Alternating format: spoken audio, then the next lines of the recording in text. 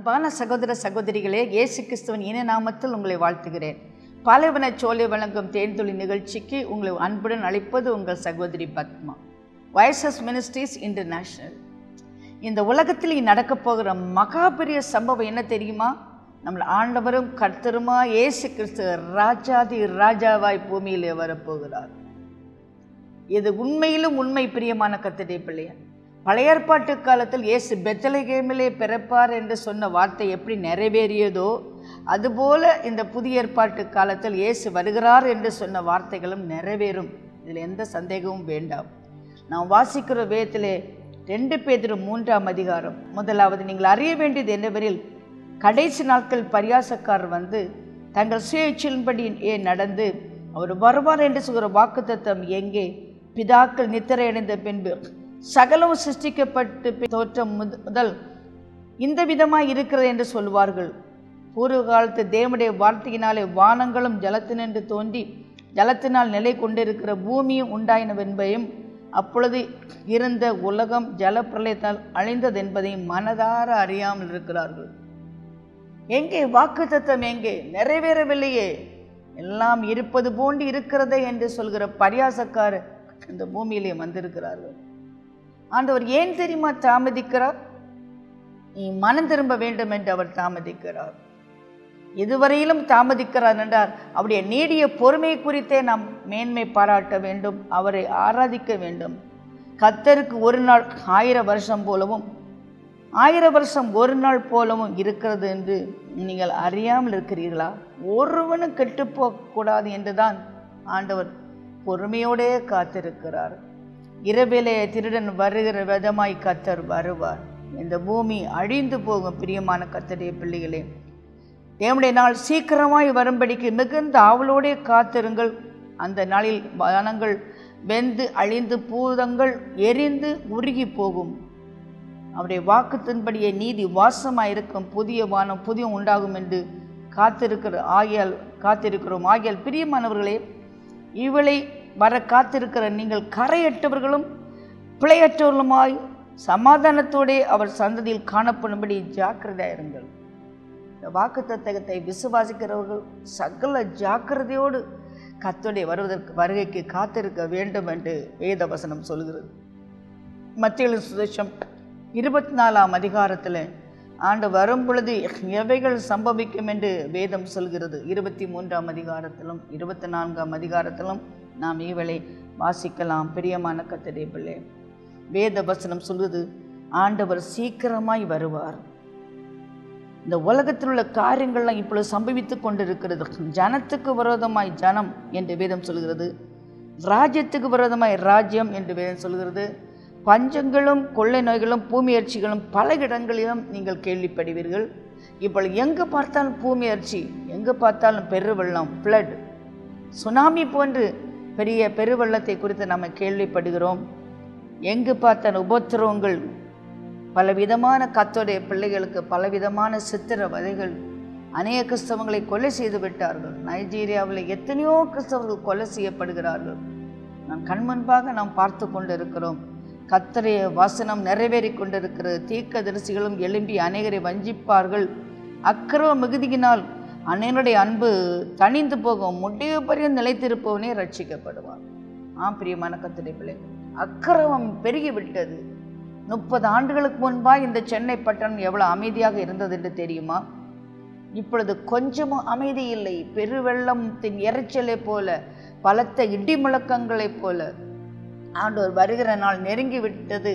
ஆனாலும் கூட மக்கள் இதயமற்றவர்களாய் வாழ்ந்து கொண்டு இருக்கிறார்கள். கொள்வதும் விற்பதும் கட்டுவதும் நாட்டுவதும் தான் இவனுடைய வேலையாக இருக்கிறது. கள்ளத்தீர்க்கதரிசிகள் எங்கும் பரவி விட்டார்கள். கர்த்தருடைய வார்த்தையை புரட்டி கொண்டிருக்கிறார்கள். வேதத்தில் சொல்லப்படாத வார்த்தைகளை சொல்லிக் கொண்டிருக்கிறார்கள். இந்த நாட்களிலே தான் கர்த்தர் சீக்கிரமாய் வருவார் என்பது நிச்சயமாய் நடக்கும். இந்த ராஜ்யத்தின் சுவிசேஷம் பூலோகம் எங்கும் சகல ஜாதிகளுக்கும் சாட்சியாய் பிரசங்கிக்கப்படும். அப்பொழுது முடிவு வரும். பிரியமான கர்த்தருடைய பிள்ளை, இதுவரை கண்டிராத அளவிற்கு சுவிசேஷம் உலகம் எங்கு பிரசங்கம் பண்ணப்பட போகிறது. டிவியில், ரேடியோவில், பலவிதமான யூடியூப், மெசேஜஸ், வாட்ஸ்அப், இவை அனைத்திலும் துரிதமாய் சுவிசேஷம் அறிவிக்கப்பட்டு கொண்டு இருக்கிறது. இதுவரை இல்லாத அளவிற்கு அன்றைய காலத்தில் 10,000 மைலுக்கு அந்த பக்கம் இருக்கும் அமெரிக்கர்களுக்கோ நண்பர்களுக்கோ ஒரு கடிதம் அனுப்பினால் 8 நாள் 7 நாள் 10 நாள் ஆகும். இன்று 5 நிமிஷத்தில் அந்த செய்தி அங்கே போய் சேர்ந்து விடுகிறது. விஞ்ஞானம் பரவிவிட்டது. ஆகவே தான் வேதம் சொல்கிற பிரியமான கர்த்தருடைய பிள்ளைகள், ஏனில் உலகம் உண்டானது முதல் இதுவரையும் சம்பவித்திராதும் இனிமேலும் சம்பவியாதுமான மிகுந்த உபத்திரவம் உங்களுக்கு உண்டாகும். அந்நாட்கள் குறைக்கப்படாதிருந்தால் ஒருவனாலும் தப்பி போவதில்லை. தெரிந்து கொள்ளப்பட்டவர்கள் நிமித்தமோ அந்த நாட்கள் குறைக்கப்படும் என்று வேதம் சொல்கிறது. ஆம், ஆண்டவர் நம்மேல் இரக்கம் உள்ளவராயிருக்கிறார். பரிசுத்தவான்களுக்காக மாத்திரம் இந்த உபத்திரவத்தின் நாட்கள் குறைக்கப்படும் என்று வேதம் சொல்லப்படுகிறது. 29 நாட்கள் உபத்திரவம் முடிந்தவுடனே சூரியன் அந்தகாரப்படும், சந்திரன் ஒளியக்கூடாதிருக்கும், நட்சத்திரங்கள் வானத்திலிருந்து விழும், வானத்தின் சத்துவங்கள் அசைக்கப்படும். இப்பொழுதே சூரியன் இருளடைகிறது, சந்திரன் இரத்தமாய் மாறுகிறது. என்னை கேட்டுக்கொண்டு கர்த்தருடைய பிள்ளைகளே, கண்கூடாக நாம் காண்கிறோம் சூரியன் இருளடைந்ததும் சந்திரன் இரத்தமாக மாறியதும். மனுஷகுமாரன் வானத்தில் சகல அடையாளங்களோடு கூட மகிமை பொருந்தினவர்களாய் வெளிப்படுவார் என்று வேதம் சொல்கிறது. ஆகவே தான் வேதம் சொல்கிறது, நோவாவின் நாட்கள் நடந்தது போல அப்படியே நடக்கும். மனுஷகுமாரன் வரும் பொழுதும் அப்படியே நடக்கும். ஆகியால் ஆயத்தமாயிருங்கள், விழித்திருங்கள். கர்த்தர் வருகிற நாள் என்னவென்று நமக்கு தெரியாது, நிச்சயமாய் வருவார். ஆகவே நாம் ஆயத்தமாயிருக்கும்படி விழித்திருக்கும்படி வேதம் நம்மை அறைகூவி அழைக்கிறது. நாம் வேதத்திலே பார்க்கிறோம் 2 பேதுரு 2ஆம் அதிகாரம், பூர்வ உலகத்தையும் தப்ப விடாமல் நீதியை பிரசங்கித்தவனாகிய நோவா முதல் 8 பேரை காப்பாற்றி அவபக்தி உள்ளவர்கள் நிறைந்த உலகத்தின் மேல் ஜலப்பிரளயத்தை வரப்பண்ணி சோதோம் குமரா பட்டணங்களை சாம்பலாக்கி கவிழ்த்து போட்டு ஆக்கினைக்குள்ளாக தீர்த்து பிற்காலத்து அவபக்தியாய் நடப்பவர்களுக்கும் அவள் திஷ்டாந்தமாய் வைத்து அக்கிரமக்காரர்களை வாசமாய் இருக்கையில் அவருடைய காம விகார நடக்கையினால் வருத்தப்பட்டு நாள்தோறும் அவருடைய அக்கிர கிரியைகளை கண்டு கேட்டு நீதியுள்ள தன்னுடைய இதயத்திலே வாதிக்கப்பட்ட நீதிமானாகிய லோத்தை அவர் ரட்சித்திருக்கிறார். இந்த 2 மனிதர்களை குறித்து பார்க்கிறோம். ஒன்று நோவாவின் நாட்கள் நடந்தது போல் நடக்கும் என்று வேதம் சொல்கிறது. நோவாவின் நாட்கள் நடந்தது என்ன என்பதை ஆதியாகமம் 6ஆம் அதிகாரத்திலே நாம் பார்க்கிறோம். தேவகுமார்கள் மனுஷகுமாரத்திகளை அதிக சௌந்தரியம் உள்ளவென்று கண்டு அவர்களுக்குள்ளே தங்களுக்கு பெண்களை தெரிந்து கொண்டார்கள். அப்பொழுது கர்த்தர், என் ஆவி என்றைக்கும் மனுஷனோடே போராடுவதில்லை, அவன் மாம்சந்தானே, அவன் இருக்க போகிற நாட்கள் 120 வருஷம் என்று கர்த்தர் சொல்கிறார். எங்கிருந்து தேவகுமார்கள் வந்தார்கள்? நான் நினைக்கிறேன் கர்த்தரை சேவிக்கும்படி ஒப்பு கொடுத்த சேத்தின் சந்ததியே இந்த தேவகுமார்களாக இருக்கலாம். ஒரு மனுஷகுமாரத்திகளை கண்டால் என்றா யாரு? அழகுள்ள பெண்கள், ஆனால் மதிகேடான பெண்கள், பயபக்தி இல்லாத பெண்கள், அதுதான் மனுஷகுமாரத்தி. உலகத்தின் இச்சைக்கு தன்னை விற்று போட்டவர்கள் தான் மனுஷகுமாரத்தி.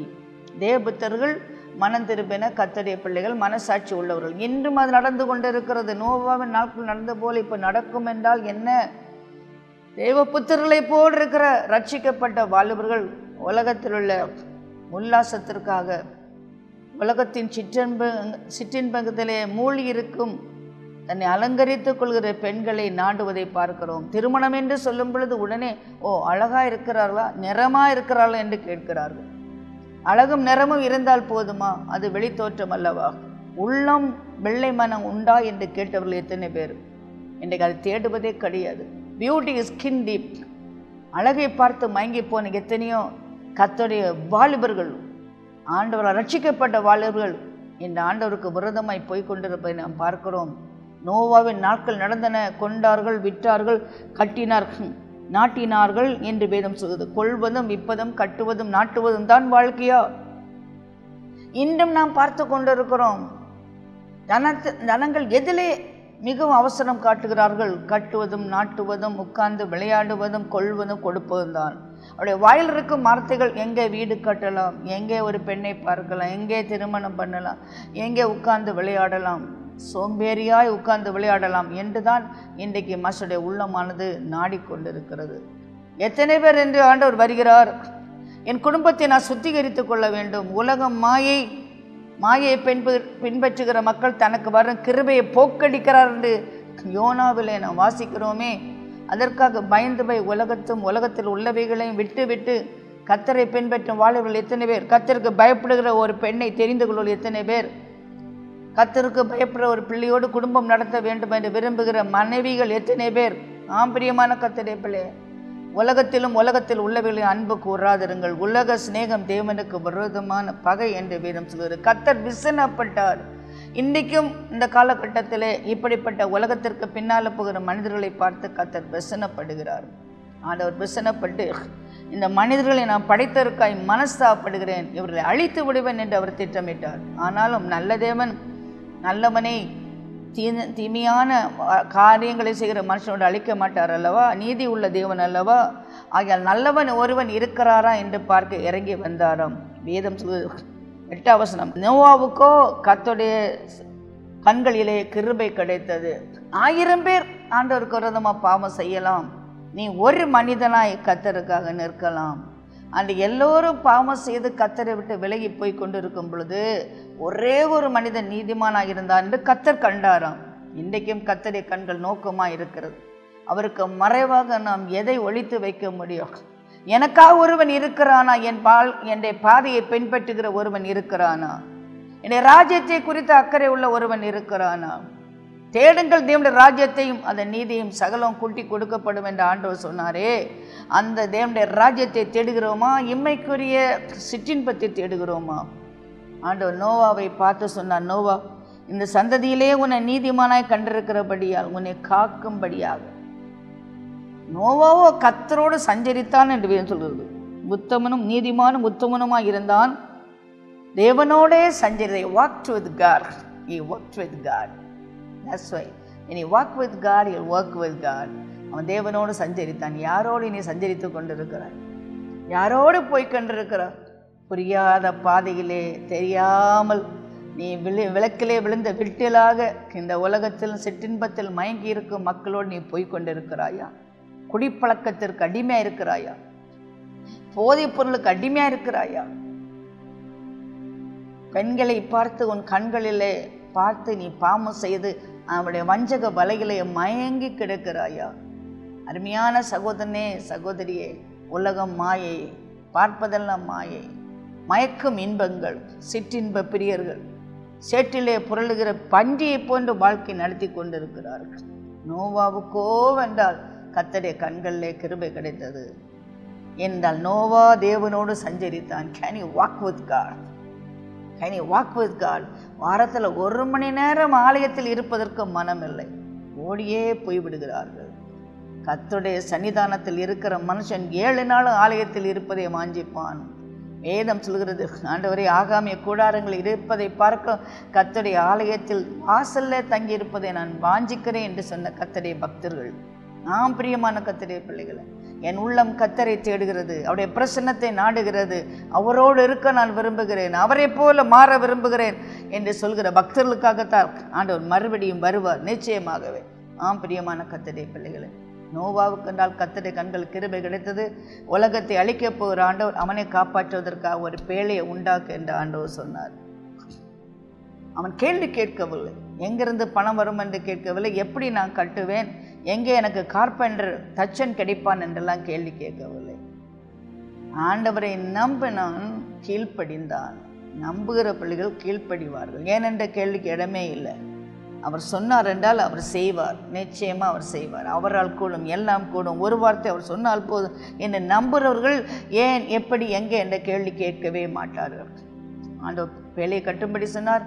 நோவா பேழையை கட்டினான், அவனுடைய குடும்பம் சேர்ந்தே கட்டினது. உடனே மழை வந்ததா? இல்லை, 120 ஆண்டுகள் மழை வரவில்லை. இன்னைக்கு மனிதர்களுக்கு பொறுத்திருக்க விருப்பமே இல்லை. 1 மணி நேரம் கூட கர்த்தருக்கு காத்திருக்க விருப்பம் இல்லை. ஏன் கர்த்தர் தாமதிக்கிறார்? இனி தரமாட்டார். ஏன் தாமதிக்கிறார்? இனி தரமாட்டார். Delay is not denial. நிச்சயமாய் கர்த்தர் சொன்னது வரும், அவர் சொன்னது நடக்கும். பிரியமான கர்த்தருடைய பிள்ளை, அவன் நம்பிக்கொண்டே இருந்தான். அவர் சொன்னது நடக்கும், அவர் சொன்னது வரும் என்று நம்பிக்கொண்டு பேழையை கட்டினான். ஆண்டவர் சொன்னார், இந்த பேழை உனக்கும் உன் குடும்பத்துக்காகவும் மட்டும்தான் என்று. அவன் அப்படி தான் மட்டும் அதை அனுபவிக்க விரும்பாமல் தனக்கு தெரிந்த எல்லோரிடத்திலும் அவன் சொன்னான் என்று பார்க்கிறோம். அவன் வேதத்தை படித்த பண்டிதன் அல்ல. புதிய ஏற்பாடு பழைய ஏற்பாடு அவனுக்கு கிடையாது. 6 அதிகாரம்தான் வந்திருக்கிறான். ஆனால் அவனுக்குள்ள ஒரு ஆத்தும பாரம் வந்ததை பார்க்கிறோம். ஜனக்கூட்டத்திலே போய் சொன்னான், மழை வரும், மனம் திரும்புங்கள், என் பேழைக்குள் வாருங்கள், உங்களுக்கு பாதுகாப்பு கிடைக்கும் என்று. என்னை கேட்டுக்கொண்டு கர்த்தருடைய பிள்ளை, நோவாவின் நாட்கள் நடந்து போல் நடக்கும். இப்பொழுதும் கூட நோவாவை போல பல மக்கள், ஐயோ கர்த்தர் வருகிறார் வருகிறார், சபை என்கிற பேழைக்குள் வாருங்கள் என்று அழைக்கிறவர்கள் கூட்டத்திற்கு குறைவே கிடையாது. ஆனால் நோவா காலத்தில் செவி கொடுக்காதவர்களாய் போனது போல இன்றும் அநேகம் பேர் எங்கே வாரார் எங்கே வாரார், உங்கள் தாத்தா காலத்தில் சொல்கிறாங்க எங்கே வாரார் என்று சொல்லி பரியாசம் பண்ணுகிற கூட்டத்தை நான் பார்க்கிறேன். அவர்களுக்கு நான் பரிதபிக்கிறேன். பிரியமான கர்த்தருடைய பிள்ளைகளை, கர்த்தர் சொன்னால் செய்வார், அவர் சொன்னது நடக்கும், நிச்சயமாய் நடக்கும் என்று நம்புகிற சிறு கூட்டத்தையும் நான் பார்க்கிறேன். அவர்களுக்காக தேவனை நான் துதிக்கிறேன். வேதம் சொல்கிறது, பரிசுத்தமாக இருக்கிறவன் இன்னும் பரிசுத்தமாக இருக்க கடவன், அசுத்தமாக இருக்கிறவன் இன்னும் அசுத்தமாக இருக்கட்டும். நீயோ கர்த்தருடைய பிள்ளைய, இந்த அசுத்தமான உலகத்தை விட்டு வெளியே வா, தேவனுடைய பிள்ளைகளோடு சேர்ந்து கொள், அவர்களோடு சேர்ந்து கர்த்தருடைய வருகைக்காக உன்னை ஆயத்தப்படுத்து என்கிற எச்சரிப்பின் குரலை கேட்கின்றீர்களா? ஆண்டவரத்தில் சொல்லியிருப்பான், ஒருவேளை ஆண்டவரே மனுஷர்கள் வரவில்லை என்று. ஆண்டவர் சொன்ன, மிருகத்தை போய் கூப்பிடு என்று. மிருகங்களை கூப்பிட்டான். நிச்சயமாக மிருகங்களை கூப்பிட எனக்கு அவ்வளோ விசுவாசம் இருக்கும் என்று நினைக்கவில்லை. ஏனென்றால் படித்தது சுவாலஜி. அங்கே எப்படி கீரியையும் பாம்பையும் வைக்கிறது, எலியையும் பூனையும் வைக்கிறது என்று என் மனசு பேசி இருக்கோம். ஆனால் நோவாவோ கேள்வி கேட்காதவனாய், அவனுடைய விசுவாசம் அவனுடைய புத்தி கெட்டாத ஒரு விசுவாசமாக இருந்தது. என்னை கேட்டுக்கொண்டிரு கர்த்தருடைய பிள்ளையை, நம்முடைய பகுத்தறிவை பயன்படுத்தினால் விசுவாசம் ஒரு நாளும் சாத்தியமாகாது. அவனுடைய வார்த்தை அவன் நம்பினான், மிருகத்தை போய் கூப்பிட்டான், மிருகங்கள் எல்லாம் கீழ்ப்படிந்தது. எனக்கு ஆச்சரியமாக இருக்கிறது, எப்படித்தான் பாம்பை போய் கூப்பிட்டானோ, எப்படி சிங்கத்தை கூப்பிட்டானோ. ஒன்று நான் சொல்கிறேன், கர்த்தருக்கு கீழ்ப்படிந்து அவருடைய வழிகள் நடக்கிற மனுஷனுக்கு எல்லா மிருகம் கூட கீழ்ப்படியும், மிருகம் போன்ற மனிதர்களும் கூட கீழ்ப்படிவார்கள். அத்தனை அவன் பேழைக்குள் அடைத்தான். பிரியமான கர்த்தருடைய பிள்ளைகளே, ரொம்ப ஆச்சரியமாக இருக்கிறது. எப்படித்தான் அத்தனை பேரையும் பேழைக்குள் அடைத்தானோ அதுதான் விசுவாசம். அதான் விசுவாசம். Far beyond the imagination comprehension you can do mighty and greater work for God when you have faith in God.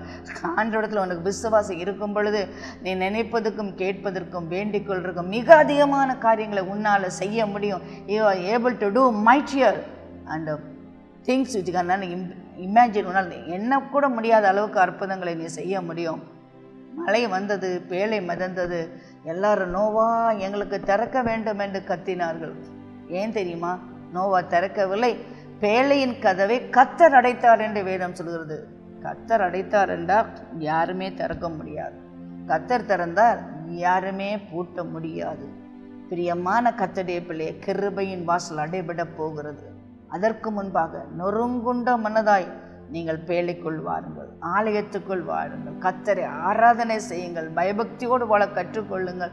கர்த்தருடைய வருகையிலே நிச்சயமாய் போவீர்கள். நோவா காலத்திலே நோவா காக்கப்பட்டது உண்மை என்றால் இந்த காலத்தில் நீயும் காக்கப்படுவாய். அழைப்புக்கு இணங்க உன்னை அர்ப்பணிப்பாயாக. வாருங்கள், இன்னும் கொஞ்ச நாள் தான். ஆலயத்துக்குள் வாருங்கள், உங்களை அர்ப்பணியுங்கள், ஞானஸ்தானம் பெற்றுக்கொள்ளுங்கள், அபிஷேகத்தை பெற்றுக்கொள்ளுங்கள், அக்கினியை பெற்றுக்கொள்ளுங்கள், கர்த்தருக்காய் வாழ உங்களை ஒப்புக்கொடுங்கள். நிச்சயமாக அழிவிலிருந்து தப்புவீர்கள். எக்காலம் தொனிக்கும் வானத்திலே கர்த்தர் வரும் பொழுது உன்னை பேர் சொல்லி அழைப்பார். பிரியமான கர்த்தருடைய பிள்ளைகளே, எவ்வளோ ஆச்சரியமாக இருக்கும் உன்னை பேர் சொல்லி அழைக்கிற தேவன்.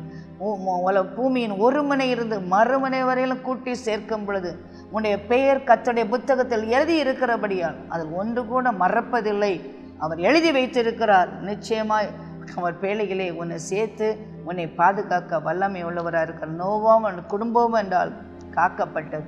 இந்த காலத்தில் நோவாவின் நாட்கள் நடந்தது போல நடந்து கொண்டிருக்கிறது. ஆனால் நீ நோவாவை போல இருந்தால் உன்னையும் உன் குடும்பத்தையும் கர்த்தர் காப்பார். லோத்துடைய நாட்கள் நடந்தது போல் நடக்கும். என்ன நடந்தது லோத்தின் நாட்களில்? பிரியமான கர்த்தருடைய பிள்ளை, நாம் வேதத்திலே பார்க்கிறோம், ஆபிரகாமோடு கூட அவன் உறவினர் ஒருவன் வந்தானே, அவன் பேர் தான் லோத்து. 2 பேரையும் கர்த்தர் ஆசீர்வதித்தார். ஆனால் 2 பேரும் ஒன்றாய் வாழ முடியவில்லை. ஏனென்றால் லோத்து இந்த உலகத்தினுடைய மேன்மையின் மேல் தன் மனதை வைத்திருந்தபடியால் ஆபிரகாமை விட்டு செழுமையான ஒரு பகுதியை தெரிந்து கொண்டு அவன் போய்விட்டான். இப்பொழுது பாருங்கள், அந்த பட்டணமானது பிடிபட போகிறது, சத்துருவின் கையில் பிடிபட போகிறது. சோதோம் கொமரா என்ற கூக்குரல் பெரிதாக இருக்கிறது. அவைகளின் பாவம் மிகவும் கொடிதாக இருப்பதனால் நான் இறங்கி போய் என்னிடத்தில் வந்து எட்டின அந்த கூக்குரலின்படி அவள் செய்திருக்கிறாள் என்று பார்ப்பேன் என்றார்கள். அந்த பட்டணத்தை எதிரிகள் பிடிக்கின்றார்கள். அந்த பட்டணத்துடைய கூக்குரல் பெரிதாக இருக்கிறது.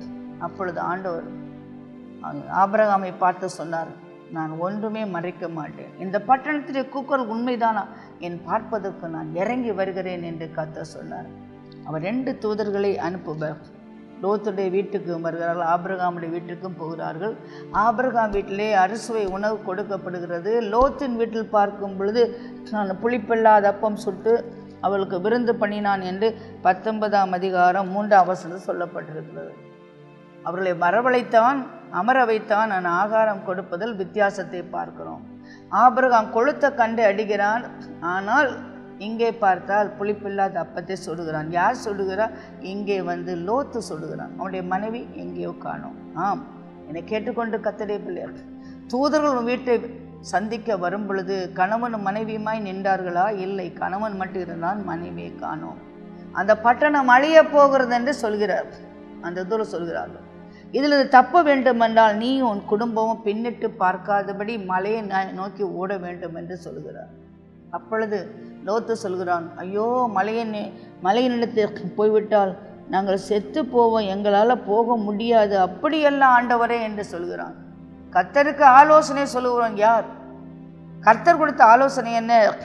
நீ மலைக்கு நேராக ஓடிப்போ, நீ தப்பித்து கொள்வாய். இவன் சொல்கிறான், இல்லை, மலைக்கு போக முடியாது, பக்கத்து ஊரிலே போகிறேன் என்று சொல்கிறான். ஏன் தெரியுமா பக்கத்து ஊரில் போகிறான்? ஒருவேளை சோதம் குமரா பட்டணம் அழியவில்லை என்றால் மறுபடியும் பட்டணத்துக்குள் வந்து விடலாம் என்கிற ஒரு ஐடியா. என்னை கேட்டுக்கொண்டு கர்த்தருடைய பிள்ளை, அநேக பேர் தன் வாழ்க்கையில் பிரச்சனை வரும்பொழுது கர்த்தரிடத்தில் வருவார்கள். பிரச்சனை தீர்ந்தபோது மறுபடியும் பழைய வாழ்க்கைக்கு போய்விடுவார்கள். ஆபிரகாம் புறப்பட்டு போனான், திரும்பி பார்க்கவில்லை. லோத்து புறப்பட்டு போனான், நான் இன்று திரும்பி பார்க்கிறான். ஆண்டவர் கையை பிடித்து அவனை பலவந்தம் பண்ணி வெளியே கொண்டு வருகிறார். எத்தனை ஆச்சரியமான தேவன்! அந்த லோத்து கெட்டு போகக்கூடாதுன்னு கரத்தை பிடித்து வெளியே கொண்டு வருகிறார். ஒருவேளை நானும் அதைத்தான் உங்களுக்கு செய்கிறேன்.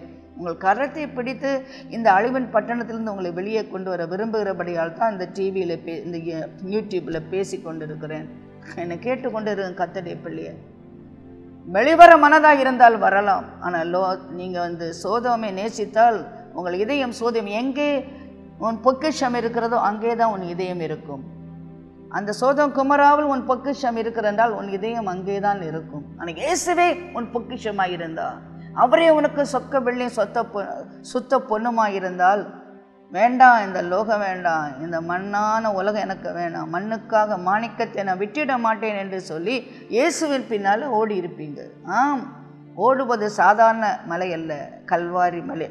அங்கே ஓடி வந்தால் ஒரு துளி கண்ணீர் வெடித்தால் உன் பாவம் மன்னிக்கப்படும், உன் பெயர் புத்தகத்தில் எழுதப்படும், உனக்கு நித்திய ஜீவன் உண்டு, நீ பரலோகம் போக முடியும். ஆம், அவர்களை கரத்தை பிடித்து வெளியே கொண்டு வர அவள் பார்க்கின்றார்கள். அந்த பட்டணம் எரிவதை கண்களினால் பார்க்கின்றார்கள்.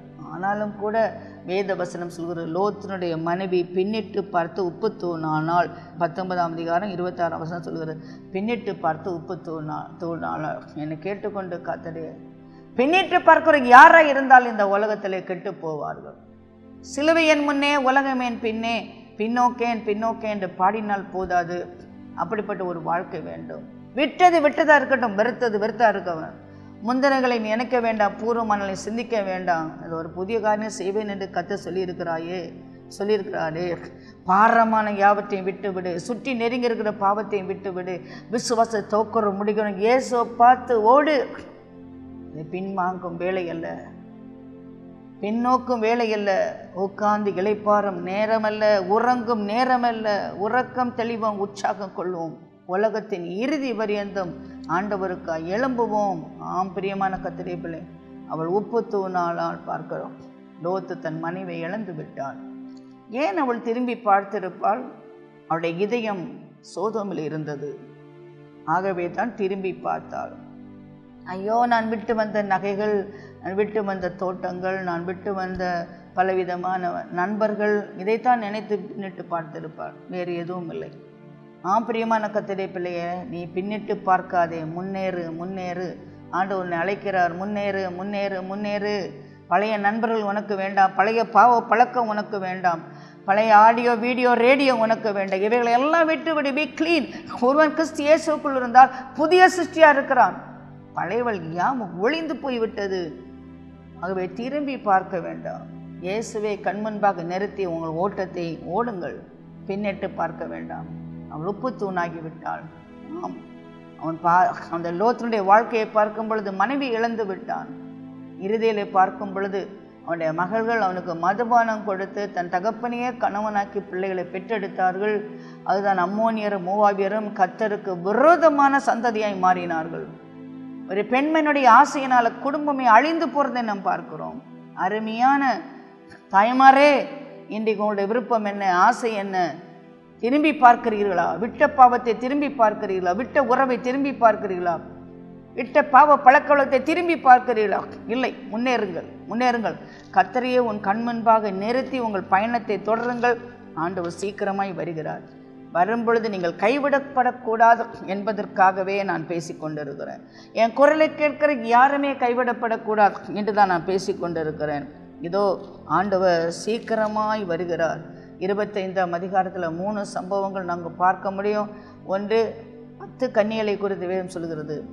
10 பேரும் 25ஆம் அதிகாரம், 10 பேரும் கன்னிகைகள், 10 பேரும் வருகைக்காய் காத்திருந்தவர்கள், 10 பேரும் தீவட்டி பிடித்திருந்தவர்கள். ஆனால் வேதம் சொல்கிறது 5 பேர் புத்தி உள்ளவர்கள், 5 பேர் புத்தி இல்லாதவர்கள். புத்தி இல்லாதவர்கள் தங்கள் தீவெட்டிகள் எடுத்துக்கொண்டு போனார்கள், எண்ணெயே கூட கொண்டு போகவில்லை. ஆனால் புத்தி உள்ளவர்களோ தீவட்டியை கொண்டு போனார்கள், பாத்திரங்கள் எண்ணெயும் கொண்டு போனார்கள். மணவாளன் வருகிறார் என்ற குரல் கேட்டது. 10 பேருமே விளக்கை கொளுத்தினார்கள். 5 பேருக்கு அதிகப்படியான எண்ணெய் இருந்தது, அவங்க விளக்கு எரியும்படியாக. ஆனால் இவர்கள் எண்ணெய் இல்லாதபடியால் மற்றவர்களை பார்த்து எங்களுக்கு கொஞ்சம் கடன் கொடுக்க வேண்டும் என்று கேட்கும் பொழுது, நீங்கள் போய் வாங்கிக் கொள்ளுங்கள் என்னை அனுப்புவார். போகையிலே மணவாளன் வந்து விட்டார், கதவு அடைபடுகிறது. ஆம், நேரம் இனி செல்லாது, இனி நேரம் இல்லை. இது எதற்காய் கொடுக்கப்பட்டிருக்க நேரம் தெரியுமா?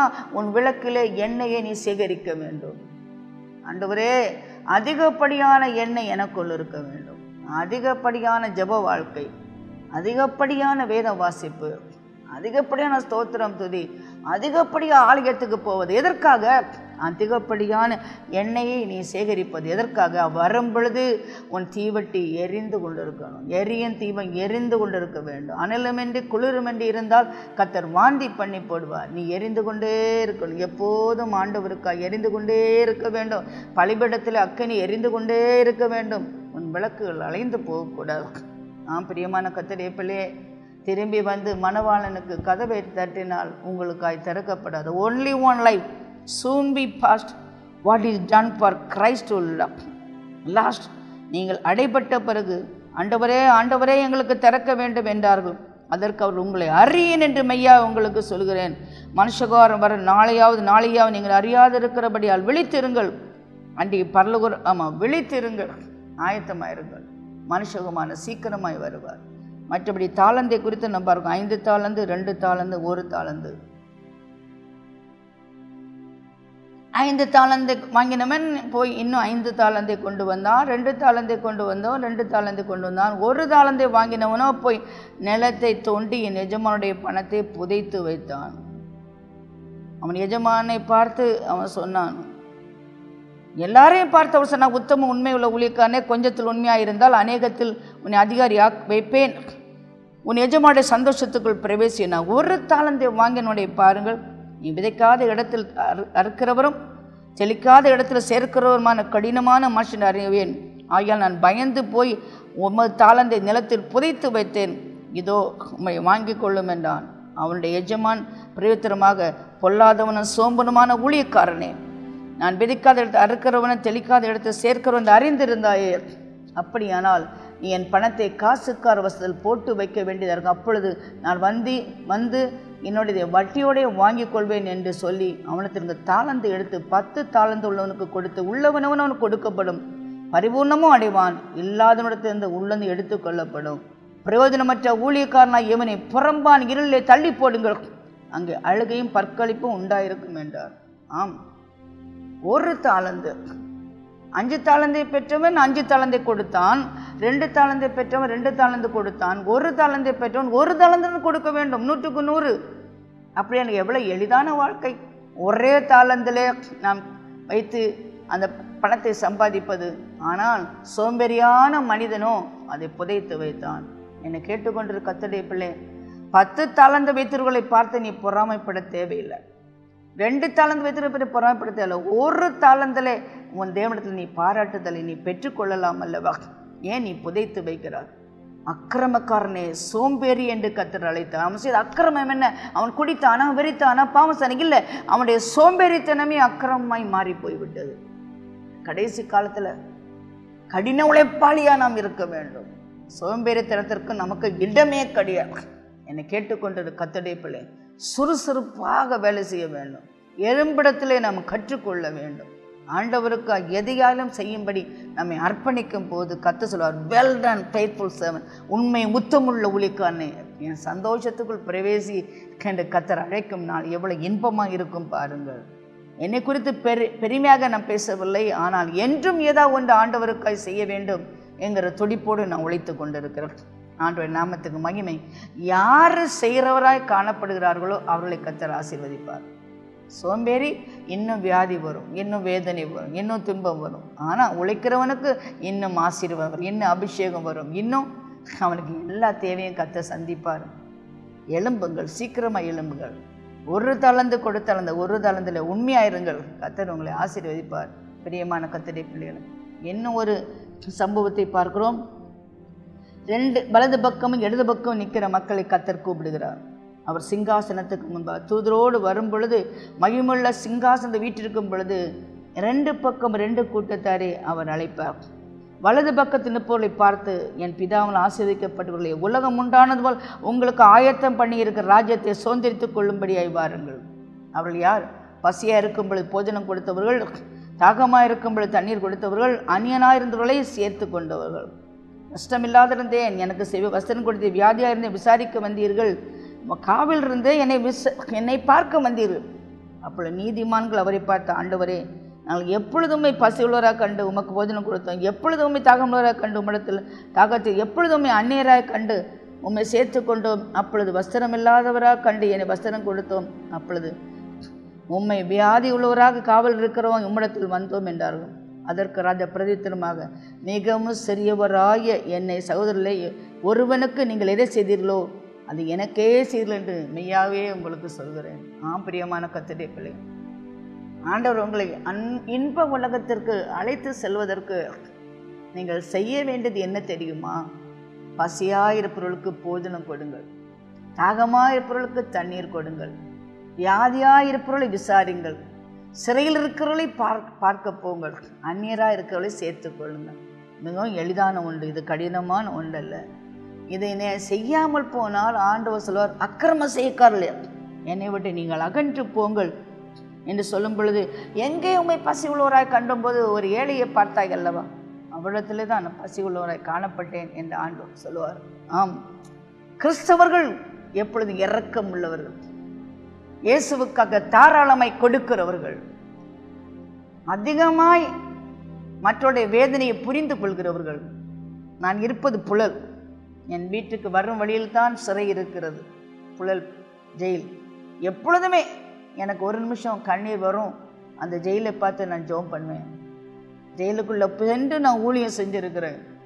800 ஆயுள் தண்டனை கைதிகளுக்கு நான் அறிவித்திருக்கிறேன்.